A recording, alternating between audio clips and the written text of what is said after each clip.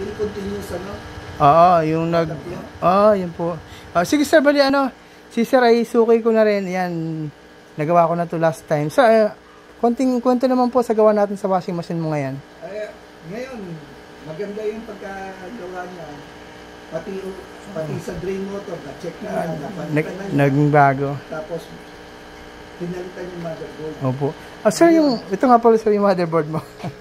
Actually, itong motherboard na sira na sir, bali hiningi ko na, and then binali ko lang para patanayan kay sir na talagang sira na.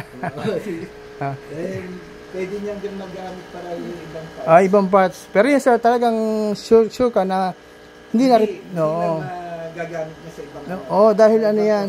Tsaka sakit niya sa ulo ang ganyan. Kumisan back job lang. Kaya gusto ko talaga bago. Sir, bali so napalitan natin yung motherboard mo and then yung drain motor na sir, pinalitan ko na rin ng bago kasi ang problema na to, kapag siya ay nag-spin dry, kumakalabog. Actually sir, may tunog siya na yun.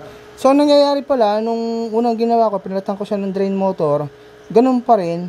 So nagkahinala na ako na ang sira ay motherboard. So tama nga, nagpalit ako ng motherboard, nasolve may problem. Kasi umiikot lang yung pinaka-plato, hindi umiikot na kasama yung tab. Kaya yung mga labada, naiipon sa side, kaya siya kumakalabog. Actually sir, mahirap na problem yan. Talagang medyo expert lang tayo kaya nadali siya. So thank you so much. So, palit ng motherboard, so 6 months warranty. Anong date po tayo ngayon?